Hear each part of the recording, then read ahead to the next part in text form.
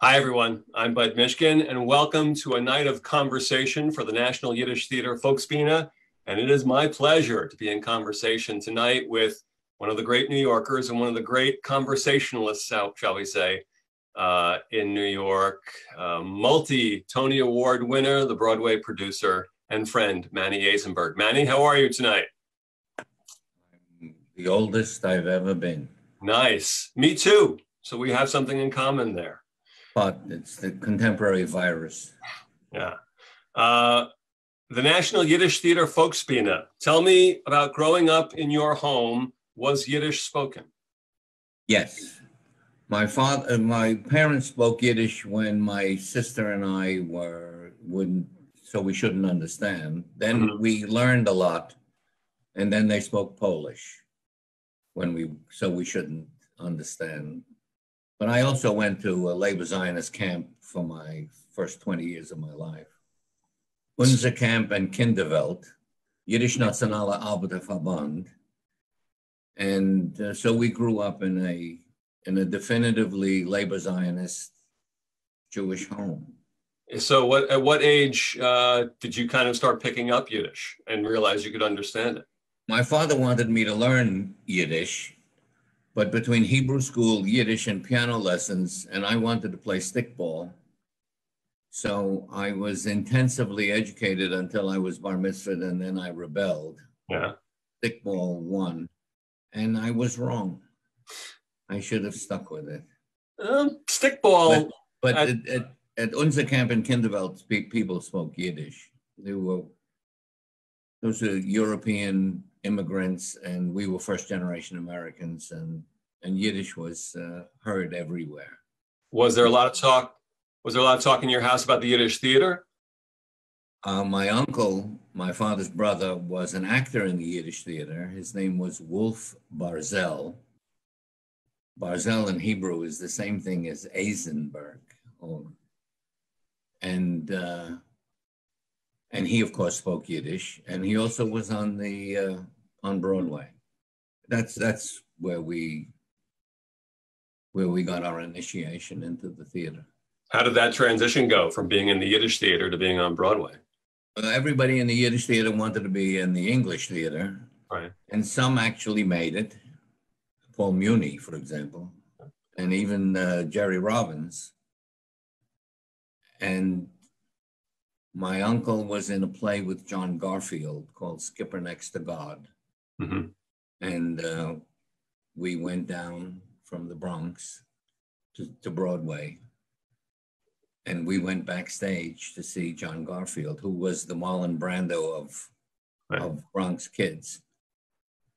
And there was a big star on his #1 dressing room, and it was a Jewish star. And Kinderwelt, Children's World. And there are a lot of people came out of those camps. You've talked to me. Sidney Lumet, for example. His father was an actor in the camp, and there were a number of people who went into the theater from Kinderwelt. Now, of course, we know you from behind the scenes as a producer, longtime producer on Broadway. But as you're growing up, both at camp and then at the Bronx High School of Science, are there moments where you want to be on stage? And did you indeed get on stage? Yes, but when I went into the Army, I got rid of that idea. The idea of coming, I was an infantry officer. So when I came back, the idea of walking around with your picture to various agents had no dignity. So I gave it up. Prior to the Army, had that been a possibility that you wanted to? It was the fantasy. Yeah. You know, when you're in college, you have all sorts of fantasies about what you're going to do. I think my father went into mourning when I told him I was interested in the theater. But did you do any shows? When I came out, I was not. It was less important. I was older, and you stopped broadcasting. And I had. I've been with a real unit, and life was a little different, and I dealt with it a little bit more seriously. I'm told that there is a technical problem. Stop broadcasting at 3 minutes. So Hold on one second. Per, come here. We're going to get some technical help here. Come here. Here, call that number, 617. Rumor has it we are not on. Hey, you're still live. We are good. still live. Yep. Okay. I'm Sorry still about alive. that. Tony. Forgive me. Thank you, Tony. Per, Yeah. I'll take the phone back. Forgive me. That's why it's live. People are writing that they can't see. All right. Just when we were getting to the good part. Apparently, there's been some technical issue that some people are not being able to watch this, which is unfortunate. So the connection to Yiddish. Also, so you were at NYU. Did you do shows while you were at NYU? Yes. Yes, I was a college actor. And I don't really regret it. Life, I have really no complaint. It turned out I wound up doing something that I paid attention to, which was more satisfactory. Mm-hmm. Rumor has it that also when you were at NYU, you were an usher at television shows. Is this correct? No, I did that. We did that for money, but yeah, we got $2.50 per show. But if you were the head usher, you got an extra 50 cents. And if you hooked the tickets on 48th Street and Broadway, you got an extra $1. And if we did 3 or 4 of those in a week, you had enough for a date on the weekend. And you got $1 an hour for telethons. You remember telethons? They would go for 24 hours. Sure. Well, if you worked the telethon, you got $24. You were just kind of starting your career in the early and mid 60s. Now, the National Yiddish Theater Folksbiene, one of the great things it did recently, or of recent ilk, is the Yiddish production of Fiddler on the Roof with Joel Grey directing, and it was a beautiful, beautiful production. Can you recall in the early and mid 60s when does word start to circulate that this show about the Eastern European shtetl experience, ostensibly, is going to happen? Do you recall, was like the word of mouth starting to happen? And was there any question or concern of, is a show with such an seemingly explicit Jewish theme, will it play? Okay, well, sometimes the lights in the theater go out and you got to start the show all over again. So, but we won't tell all those stories again. But Fiddler. You asked about Fiddler. Fiddler was an enormous success from the get-go, and it transcended. We Jews are proprietary, and we think it's us, but that show transcends everybody.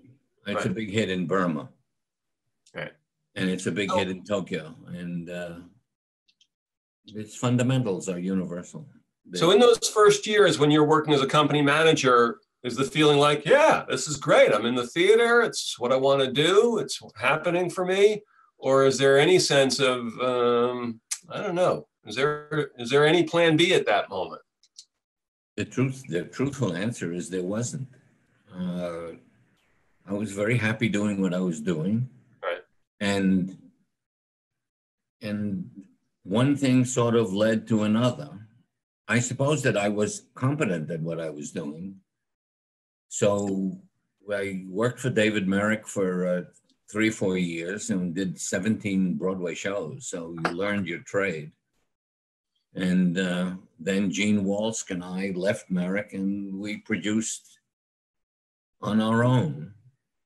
Gene wanted to produce, I would general manage, but we wound up doing it together. And we did The Lion in Winter, and we did a play about Auschwitz, The Investigation, and Hal Holbrook's Mark Twain, and a black show called Ain't Supposed to Die a Natural Death, and the rest is a minor history. So the first one is The Lion in Winter. Yes. Did you know what you were doing? No. Okay. No. The honest answer is, I think when I think about it, I ask very naive questions. Right. The management of it, I understood. The aesthetics, I had to learn. And that took a while. And then I got it.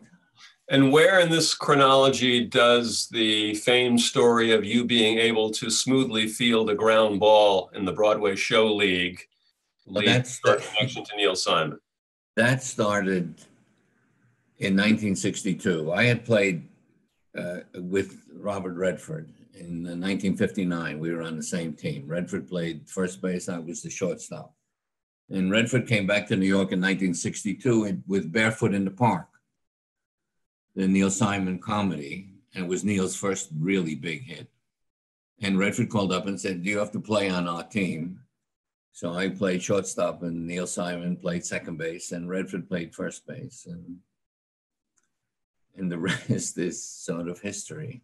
It wasn't right away. It was 7 years later that Neil called up and said, and I had done a few things by then, called up and said, would you like to produce my plays? And I remember being somewhat cavalier and said, I don't know, let me think about it.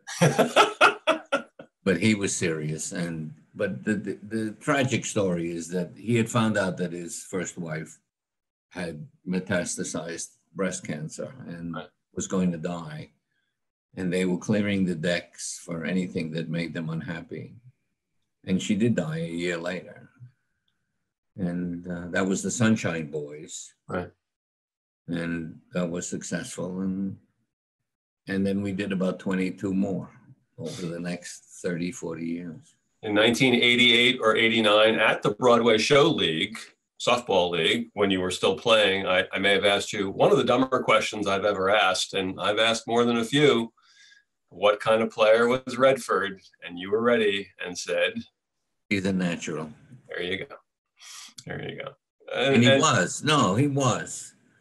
He was. If you watch the movie and you know anything about baseball, his swing, good left-handed swing, he could drill the ball.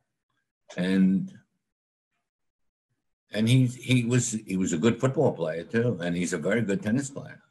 So, well, rumor has it you were no slouch on the field either. You were a pretty good ball player. I in those days I thought it was the one thing I was confident about. The rest of my life has been a little shaky. Do you know any other Broadway producers who had a Louisville Slugger in their office with their name on the bat? True. It's pretty good. And it was a good menacing piece of equipment. And we'd negotiate. Negotiating tactic, yeah. Negotiating would go very quickly. You once said to me that as you grow more comfortable as a producer, you learn to say less, not more. Did you find that out from a particular instance, or just something that you kind of started to intuitively get along the way? When we did the real thing, the Tom Stoppard play, Stoppard is a genius and he's brilliant. We're getting to him. Well, I didn't want my opinion asked. You don't trust your opinion. These are subjective issues. So I was hiding in the thing. There's a tap on my shoulder, and it was Stoppard. And he said, "What do you think?" And I blurted out viscerally. 10 minutes into the second act, I wasn't paying attention. I was looking at the scenery. And he nodded his head and said, okay, and came back 5 days later and said, is it better? And it's the major lesson that don't tell them what to write. Tell them whether you're engaged or not. Mm-hmm. And that don't intrude in a real artist's effort. You don't know where the motivations come from. You don't know where the characters come from. You don't know what his life or her life experience is. So you don't tell them how to write. And that worked. It doesn't mean you don't have a sensibility. You just don't assume the creativity. It's not yours. As a younger producer, was that a trap that you had already fallen into? No, I was more frightened. So I didn't say anything. And then more with Neil, it was easier because we came from the same neighborhood. We're all from Neil was from Washington Heights and I was from the Bronx, and we knew who these characters were. So, for example, when we did Broadway Bound, 2 or 3 weeks before rehearsals, we had a reading, and the big scene in that play is the mother dancing with the son. Mm-hmm. But that wasn't in the show. And we had dinner after the reading, and Neil said, "What did you think?" And I said, "I missed the mother in the second act." And he nodded his head and he said, "Give me a couple of weeks." And in 3 days, he wrote the scene that made the play. And you could not have imagined that a scene, he's the only one in the world who could have written that scene. It all comes out of his experience. Right. And so you don't intrude in that process. Do you think that as much as you know about the process today, do you think that's something that producers who are not just producers from the standpoint of contributing a decent amount of money, but actually involved in the process, do you think they are more involved than that? Or does that kind of truism still stand today? The good ones will not intrude in if you're dealing with a real artist. What are you going to tell Sondheim what lyric to write? Think about it. Yeah. And think about what bullet you want in your brain. You don't intrude in that, but you have the right to say, "I'm not engaged," because that's genuine for you. You're not, you know what I mean? Right. You're giving an honest, visceral response. Yeah. And remember, you chose to do this project. So the glitches you're allowed to talk about, but not tell them what to write. You told me once that once you make a stupid comment to a playwright, the curtain comes down. Yes. Then they'll be defensive because you're not trustworthy. And never look at you the same way ever again? Or will there be some notion of, okay, you said that once. Then they won't ask you your opinion. They won't trust you. It's like telling somebody their baby is ugly. Right. You don't do that. You have to know that this work, they're serious people. The playwrights are serious people. These are major efforts, and there's a certain amount of diplomacy. Also, there's when we did a play called God's Favorite with Neil would take out, you'd have to wait a week or two when you take out some of the product jokes or the bad lines, and don't bring it up because it wastes time. So there was a line in it about hemorrhoids. And after 2 weeks, it stayed in the play. And I went over to Neil and said, "Neil, hemorrhoids?" And he said, "Don't you think I know? I don't have anything better." You have to know that. Right. So when you say this is no good, well, what will replace it? And until the playwright knows what will replace it, it fills a stopgap. You have to be able to make those judgments.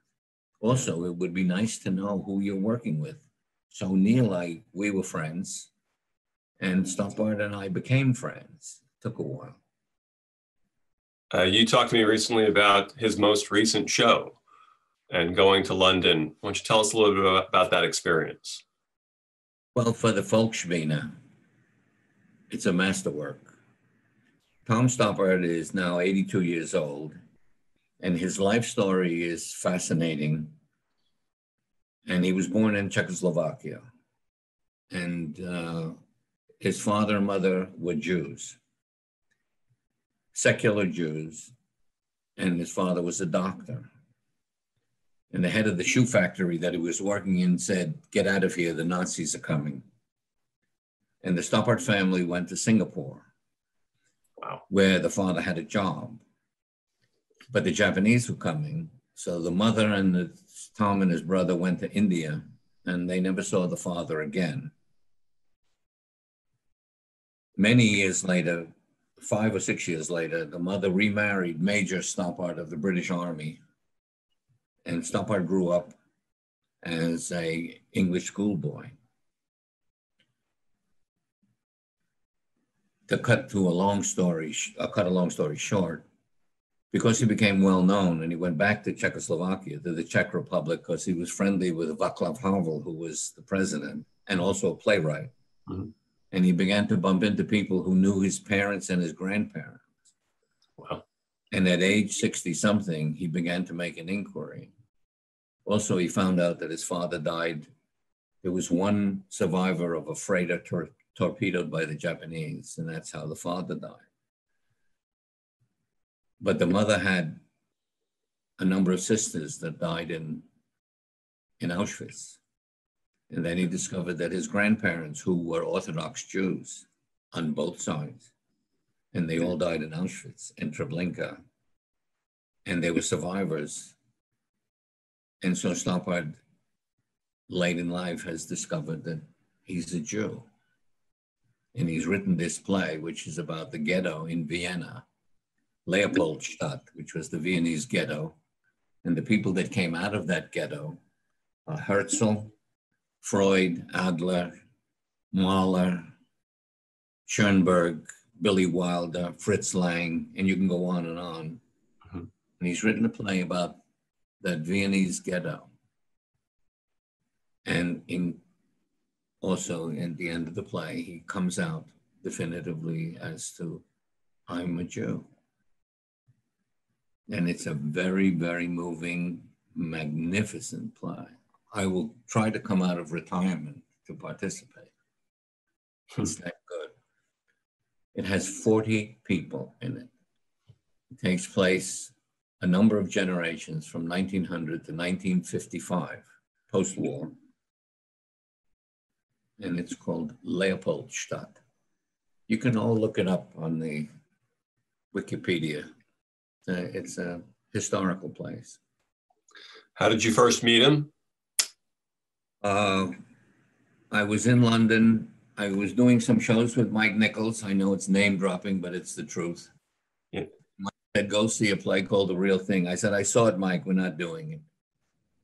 And the upshot of it was other people were interested in doing it. But then Frank Rich went to London, was writing for the Times, and wrote a bad notice. And everybody went away. And Mike and I were the only ones left interested. And that was almost 40 years ago, and we've been friends. We did the film of Rosencrantz and Guildenstern and another play, and it's been a very satisfactory relationship. He's a giant, and I'm respectful. I know how fond you are of him, not just as a playwright, but as a man. Is he aware of your abilities, of how well you field the ground ball at shortstop? And did that mean anything to him? He was a witness. There is if anyone is interested, you look up the New York Times, I think in 1984, when the Brighton Beach Memoirs played in the finals against The Real George. Sunday in the Park with George, The Real Thing, all the shows were mine. And Stoppard and Sondheim came to watch the game, and Neil Simon. Yeah. And Brighton Beach won, but we all celebrated together. And your statistics from that day? I went 1 for 4, hit a double into right center field. Nice. Couple of loud outs, though? I don't remember that. I don't remember the bad ones. I only remember the good ones. Okay. Would you like to see the footage? There was a picture in the Times which we have blown up, and it occupies a wall in our house. While we're on the sports theme, we are celebrating the 50th anniversary of, and this is journalism, purely unbiased opinion, the greatest NBA team of all time, the 1969-70 Knicks. All kidding aside, you've had a long connection to Senator Bill Bradley. Can you tell me about, I assume you were a fan at that point, and the connection to Senator Bradley? Well, it was a period of time when I worked at the Garden in 1969, and where I met Bradley and DeBusschere and Red Holston. Wait, you say you worked at the Garden. What? I left the theater. I was recruited, and they actually paid you. You had real money. You got, and I was only there for 7 or 8 months because the intent was that the Garden was going to become the entertainment center of the world. Right. And I didn't think that was really going to happen. So I left and went back to the theater. But there was Red Holtzman, and for the Folksbiene people, he's a Pintele Yid. And you'll notice how many wins he has and this banner at the Garden. 600 and how much? 13, I think. That's how many mitzvot there are. As my grandfather would say. He would be the first one to tell you. Yeah. 613. So it was an eventful period where Bradley is a class act. You know, he should have been the president of the country, but that's an opinion. And we've been friendly since. And you're going to interview him sometime this week. Sunday night. Thank you for the plug. I appreciate that. So under the heading of not giving specific advice to a playwright, can I imagine also perhaps not advising Bill Bradley on his jump shot probably was not part of your job during your short tenure at Madison Square Garden? Are you crazy? You know how big those guys are? They'll kill you. Yeah. Playwrights will deal with you intellectually, but this guy 6'6" will beat you up. Yeah. We're going to switch around a little bit in terms of chronology. In 1947, you once told me about the scene in your house or apartment as the UN vote is being taken on the Declaration of the State of Israel. You're 13 years old at that point, right? Yeah. It's when Israel became a state. Right. What was recognized at the UN, the vote at the UN. My father was an ardent Zionist. And I don't know a better word than ardent, but it defined his life. And so we sat in the kitchen when the UN voted, and it was on the radio. And as they voted, he checked off the countries as they voted. It was arranged so when the United States voted, that was it. And he put the pencil down and said, and I'm only 13, he said, it happened in my lifetime. You know, L'Shana Haba b'Yerushalayim. Next year in Jerusalem, it happened in his lifetime, and it was his dream. And it wasn't arbitrary that we have enough information. We met Chaim Weizmann, who was the first president of Israel, before he went to see Harry Truman, just my sister and I. And my father was a friend of his.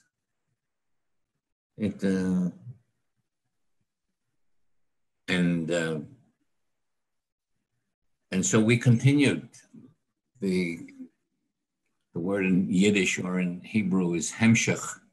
It means continuity. And so we make these trips to Israel with theater people, or we did up until this year, for the last 30 years. Right. When did those trips start, and what was the origin of the first trip? It's if you look it up, Woody Allen wrote a op-ed piece in the Times condemning Israel during the second Intifada. And when asked if he'd been to Israel, he said, "Why should I go to Israel when I can go to Sweden?" So at some meeting with the cultural attaché of Israel, we got into a conversation of anti-Semitism among the Semites and the preconceptions that the world sees as of a Jew, including what the Jews see as Jews. And I said, you can shatter that by going to Israel, and you see the F-16 fighter pilot is Jewish, and also that not all of the Arabs look like Arafat. So we started bringing people to Israel just for that purpose, no proselytizing, neither politically nor religiously. And it seemed to work. And I think it would be safe to say that we wound up with about 600 people over the years. And whereas they may not be Zionists, they're much more knowledgeable about how complicated the Middle East issues are. Complicated is the right word, that's for sure. Have the trips kind of transformed through the years or changed, or have they pretty much been the same since you started them? I would say that we always had speakers who would, and the speakers in those some days included Shimon Peres and Bibi Netanyahu and Arabs and plain old passionate people who lived on kibbutzim. Mm-hmm. And you humanized the situation rather than politicized it, that these are people living here. And also the extraordinary achievement of that, what has happened in 70 years in Israel, what taking in people from the Middle East and from Europe after the war, right, and what they've achieved is extraordinary. It's extraordinary.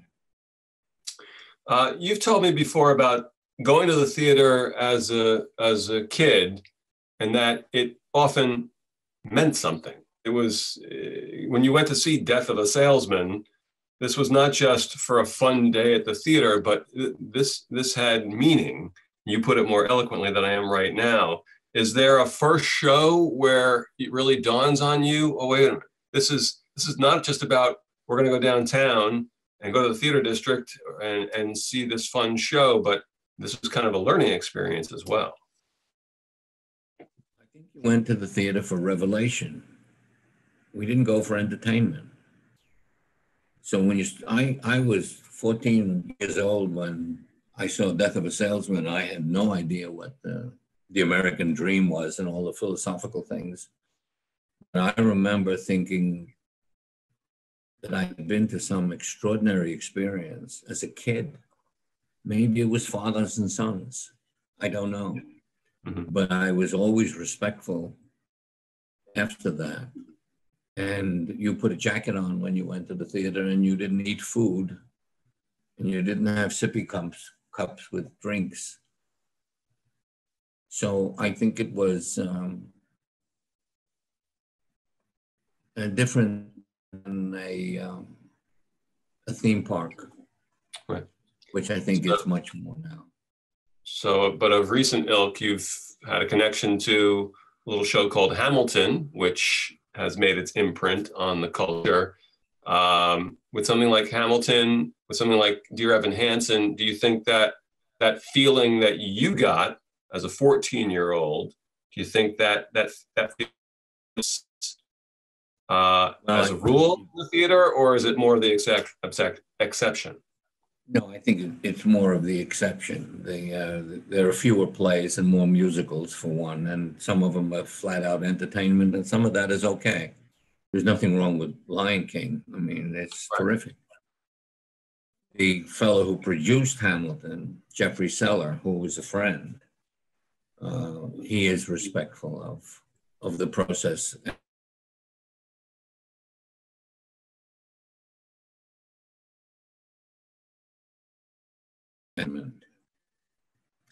Neil Simon has a line in a play where the grandfather tells the two young writers, remember, it's got to be about something. And Hamilton is about something. It's about a lot of things. And the fact that they came up with an idea of doing a musical, a rap musical about Hamilton to be played in all the founding fathers, to be played by African Americans, it's genius afterwards. If they would have announced it, people would have run away from the theater. And look what happened. So, and Jeffrey produced it, and I give him, he's got that sensibility. So does Lin-Manuel Miranda. Absolutely. Ragtime is also about something. and you did a production in 2009, which was a wonderful production, and it closed pretty soon. Yes. And I remember at that time, you were down about it. My question is, when something like that happens, is that a learning experience as well? Do you learn from the shows that you just kind of shake your head and go, how is that possible that this is not hitting? Or is that just the notion of that's the theater, and if you try and figure it out, well, then you're just, you're wasting time? I think there's for us, and I'm talking about my wife and I, in the same year, we did a good production of Ragtime and a good production of Brighton Beach, revivals both, and they didn't work. And they didn't work not because they weren't good, because my conclusion is that I've had 20, 30 years of my taste seem to work on Broadway, or at least often enough. And then two shows that I really liked work, so it was time for me to stop. It was expensive. It's personally expensive. You go with the winners, and that's nice. And the losers hurt. But I was old enough to deal with it. We have some questions. The theater is not a winner all the time. If you look at all the shows, I think I have a good percentage of successes, but they didn't work. There's a great story that you've told me, and understanding that whole notion of, as you grow as a producer, the idea of less is more comes into play. But you've told me a story about the show Moving Chicago on opening night, and it was a struggle, apparently. Can you tell us what that was all about and what you felt your role was at that moment? Moving Out wound up to be a success, but it wasn't a success when we opened in Chicago. And the fundamental was, it was a little complicated. And in a conversation with Twyla Tharp, who was the director, I invoked Jerry Robbins' opening numbers. Fiddler is tradition, West Side Story is the big dance number, Forum is Funny Thing Happened on the Way, Comedy Tonight. So Robbins always sent a message in the beginning of the show that this is what you're going to see.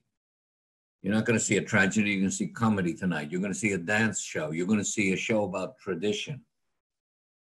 That lets the audience off the hook. They take a deep breath and they go, oh, good, okay. Neil Simon would do the same thing. He said, I have to make them laugh early so they can relax. Well, we didn't have that in Moving Out.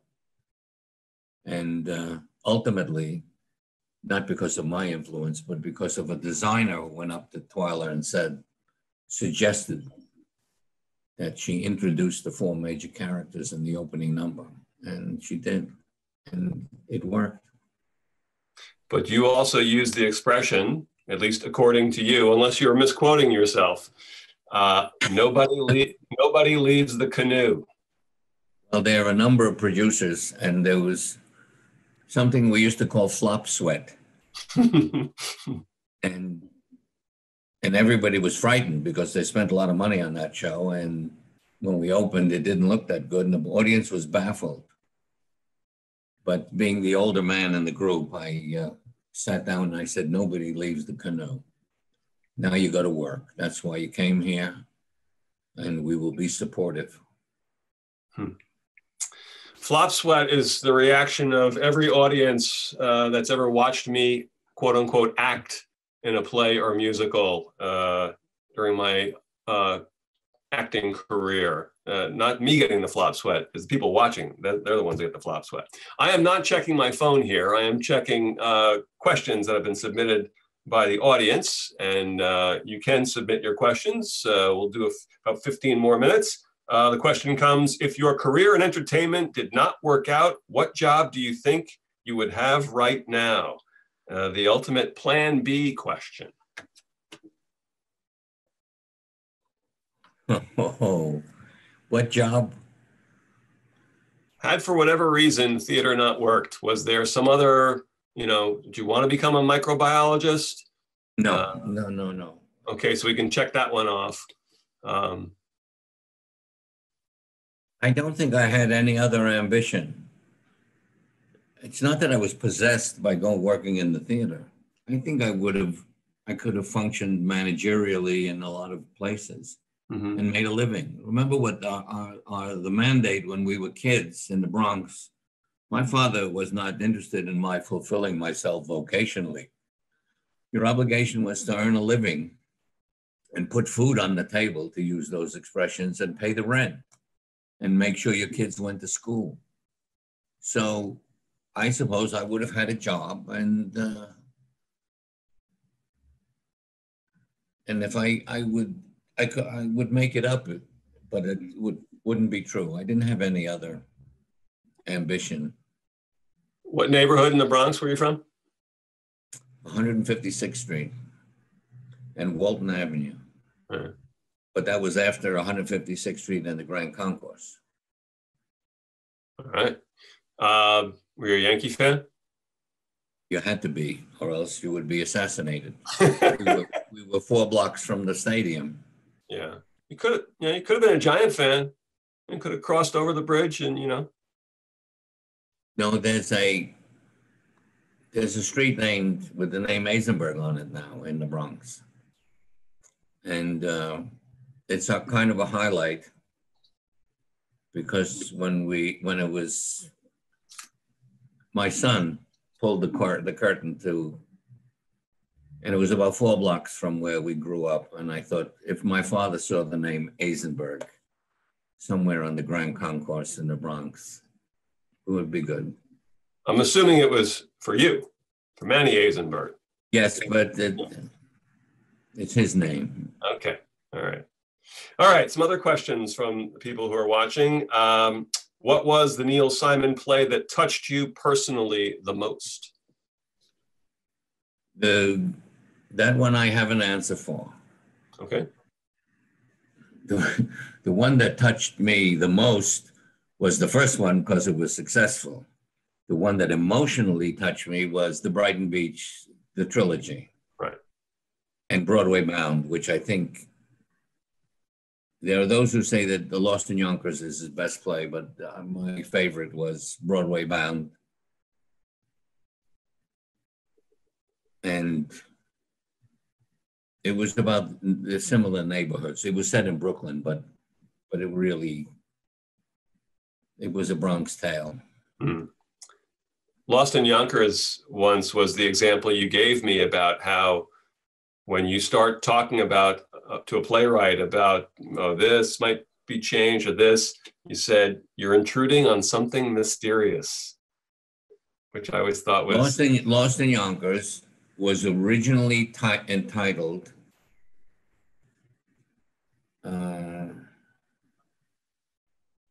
Louis the Gangster.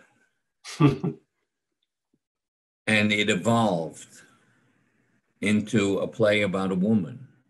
Now, if you look carefully at all of Neil Simon's plays, you don't see very often the in-depth character being a woman. Mm-hmm. And it turned out to be about a woman who was slightly impaired and a grandmother. The woman who's slightly impaired, I do not have any understanding of where this character came from. The grandmother was his mother-in-law, but only vaguely. Mm-hmm. So you can't give notes. This was a real creation of his. Very often I knew where the motivations came from, where the characters came from. Remember, there are 2 boys in a lot of plays. Mm-hmm. And that's Neil and his brother. Right. And they show up a lot. But this one came from nowhere and it won the Pulitzer Prize and the Tony as well. Through the years, any particular show that you produced either a Stoppard show or a Neil Simon show or the other shows that privately, only to your loved ones, and maybe not even to them, or maybe not even to yourself, or maybe just to yourself, you said, no, this one's not going to work. And then... Yeah, there were a few. There are a few you don't start out that way. You start out thinking, even if you're deluding yourself, you think it can be successful. But at some point, you wake up at 3 o'clock in the morning and realize, uh-oh. The biggest one would be the musical The Goodbye Girl, which I knew in rehearsal we had made a mistake, but it's one of those issues that you don't leave the ship in the middle. Right. You stick it out. And then I did a play once about the Donner Pass and cannibalism. Well, I thought it was good. I did a play called Einstein and the Polar Bear. Ran a few nights. Somebody said to me, how could you do that? And I said, do you think I did it because I hated it? Yeah, right. I liked it. Yeah. It said something to me. And the fact that it said something to nobody else is dawned on me too late. Yeah. I don't regret too many of them, though. They were not done. There were 2 or 3 that I did because other people thought it was good. Right. And it didn't work. The Donner Pass show, can I imagine that the expression, the feel-good hit of the summer, was not used in its promotion? It didn't run long enough to even promote it. Yeah, it wouldn't even get to the summer. A couple more questions from our audience. What advice do you have for theater artists during this pandemic? Patience. Because I don't think until they take mortality out of the equation, the theater won't come back. And so we need a vaccine, or we need something that assures you're not going to die. You don't want to go, you don't want to risk that. And the theater and athletics and the garden and football are all going to have to wait until this goes away. Right. Or is cured. And don't be impatient. Right. Another question. The architectural landscape of Times Square and Broadway has changed since you began your career. Any particular place or hangout you miss that's no longer there? I believe I know the answer to this question. Go ahead. Oh, yeah. There's the Polish Tea Room. Right. There was a wonderful coffee shop that was run by 2 Holocaust survivors. And it was a hangout. The cabbage soup, kapusta, was terrific. Beef barley soup, knedlach were terrific. And these people had survived the Holocaust. Mike Nichols would go there, Neil Simon would go there, the Schuberts would go there. On Wednesday afternoon, magicians would be in the back showing each other tricks. And there was a great hangout. There were also others. There were many others. There was an Italian restaurant called Del Soma, which was terrific. And the chorus kids went to Joe Allen's. Joe Allen's is still there. And people went to Sardi's. And also there was a restaurant called, there's a steakhouse, Wally's. I thought you were going with Jack Dempsey's. No. Nobody ate at Jack Dempsey's. That was from Guys and Dolls, you know. Just because I went there once. They had cheesecake at Jack Dempsey's. That's where the Guys and Dolls comes from. Yes, there was a lot of camaraderie, and you could go. There was a Spanish restaurant called Fornos on 52nd Street that Zero Mastel would eat in, and you could go to various places if you were alone, and you could have dinner with 17 people that you knew. It was good. It was fun. Is there any particular special memory or fondest memory from the Polish Tea House? The one you remember, wherever Zero Mostel ate, was always hysteria. I mean, he would get up and scream. And, but there were places down on 2nd Avenue that he did that too. Moskowitz and Lupowitz on 2nd Avenue. The guy that ran it was Anzelowitz. I'm not making these names up. Those were the real people. Yeah. Anzelowitz, he had changed his name for show business? No, he changed his name to Ansel. Other people changed their name. The subsequent generation changed their name. But the guy that, the father of Ansel was Anzelowitz. Yeah. And he ran Moskowitz and Lubowitz. I know that sounds like a routine, but it isn't. It's absolutely a fact.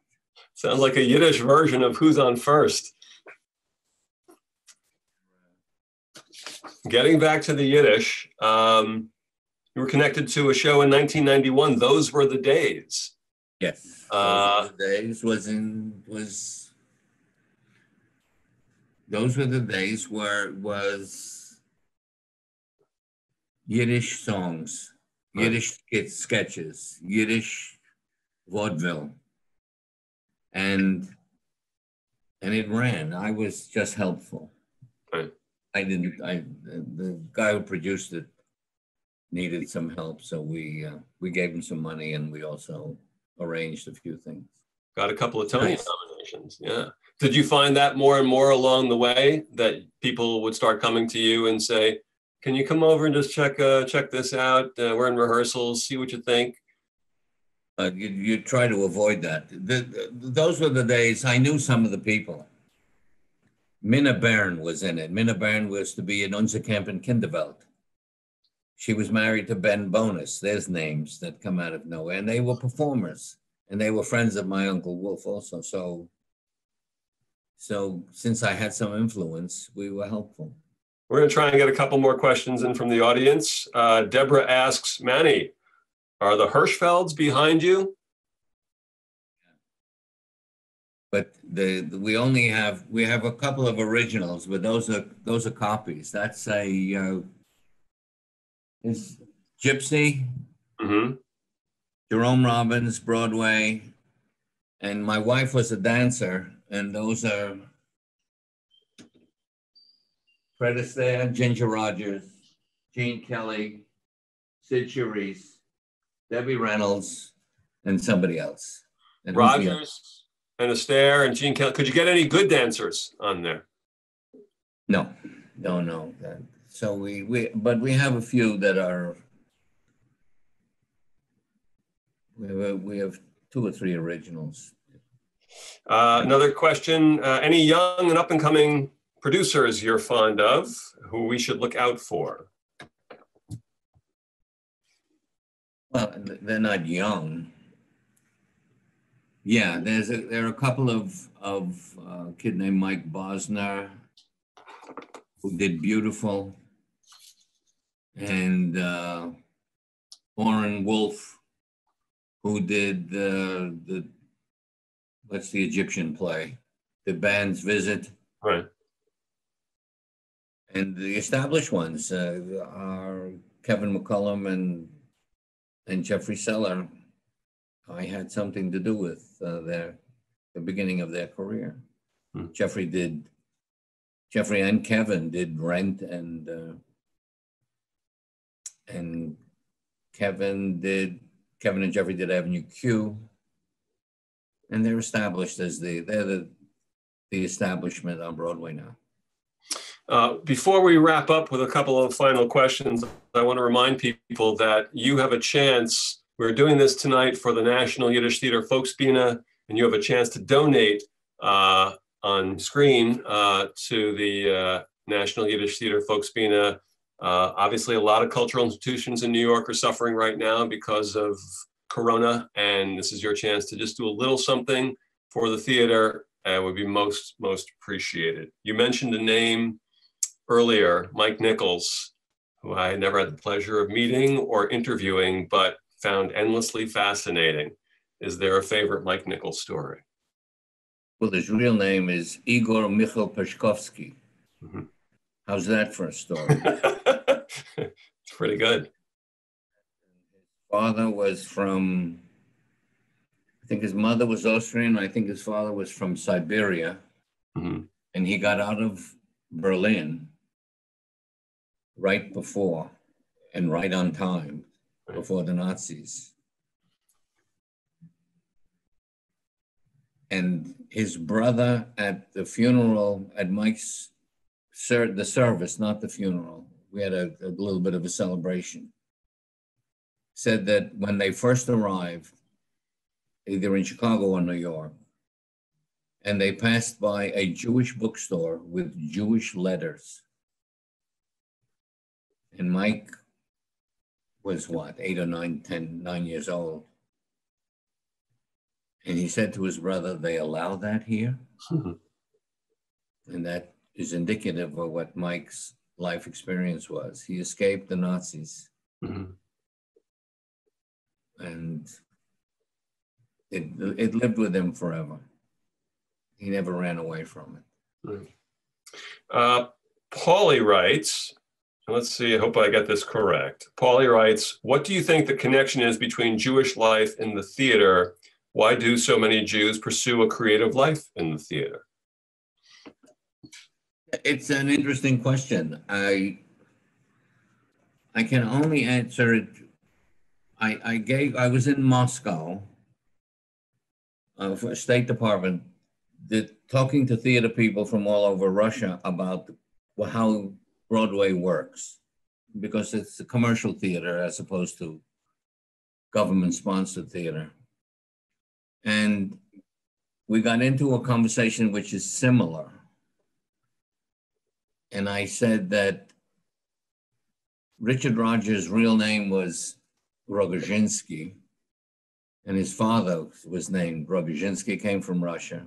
Mike Nichols' name is Peshkovsky. Jerome Robbins' name is Rabinovich. George Gershwin is Gershovich, and Irving Berlin is Bialin. And they're all Jews from Russia. And they are the American musical theater. So it was one place that had no restrictions. The entertainment business in America, both on Broadway and in Hollywood, did not have limitations. When I came out of the Army, there were places I could not live because I was Jewish, and there are jobs I couldn't have. But the entertainment business was available. So there's a disproportion. There are probably thousands of other reasons, but that's at least one of them. I think that we Jews should take pride in it, but don't get too excessive. What would excessive be? Intolerance. It's the one wonderful thing about theater and maybe the entertainment business in general is that it doesn't have bigotry. And when you get too proprietary, you're violating a rule. I'll end this conversation as we ended an interview I did with you about 10 years ago, in which you quoted a line from The Real Thing, one of your shows, and I hazard to guess one of your favorite shows, about happiness. Happiness is equilibrium. Shift your weight. You see the bullet coming, you just move a little to this side and the bullet goes over your shoulder. If you're rigid and stubborn and you stand there, it hits you right in the head. You still shifting your weight? Shift your weight. Manny, it's been a pleasure. See you soon. Could do this for a couple of hours and get into every single game for the 1969-70 Knicks season, but that probably wouldn't be appropriate for tonight. I think everybody should watch you when you do the 92nd Street Y with Frazier and Bradley. Okay, I'll take that Sunday night. Non-Jews. Manny Azenberg. Well, can I get off now? I can go? Thank you to the National Yiddish Theater Folksbiene. And please, once again, there's a chance to donate to the theater. And we hope you've enjoyed this tonight. I know I certainly have. Manny, as always. See you soon. Be well.